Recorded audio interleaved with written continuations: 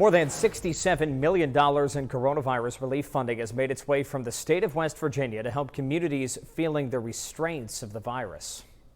Several $1 million landing right here in our region, but where's all of that money going? News 9's Gage Goulding has been digging through paperwork and tells us more.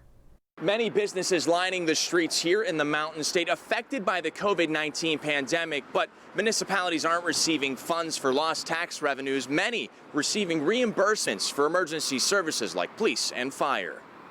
You apply, they review it, and then they send you a letter saying this is what you asked for, this is what we're paying, and this is why we're paying. It takes a little bit more than just that, but it's the basics of how communities around the area, including Follansbee, have been able to receive money from the Coronavirus Aid, Relief, and Economic Security Act. Commonly known as the CARES Act, it's a $2.2 trillion stimulus bill divided amongst the states in response to the economic fallout of the pandemic. The Mountain State receiving $1.25 billion and sharing some of that with local governments. In Follansbee, the city received $220,237. How is that going to help the city? Well, basically, it's the government's way of trying to make the cities whole again. Most of that money coming in reimbursements for wages paid to the city's police force, totaling to nearly $219,000, as well as $1,200 for emergency medical care.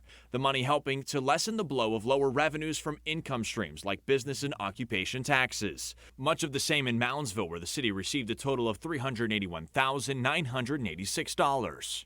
That money coming to reimburse the city for payroll expenses. The breadwinner for the Northern Panhandle, however, is the city of Weirton. They received more than $2.382 million from the state government for COVID-19 relief.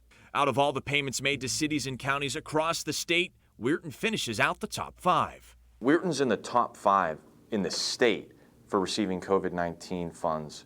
Do you think that money's well-deserved and being well spent here in the city? Well, I'll tell you, we're real cautious about it. Weirton received money for emergency medical care and medical sheltering, some of which city officials say is for PPE and the increased expenses in the sanitation department. The bulk of the money coming from payroll reimbursements, a whopping $2.359 million. Basically for reimbursement for our safety officers, police and fire. After losing $785,000 in tax revenues last quarter alone, with a bigger hit expected this current quarter, the city is carefully watching where the money goes.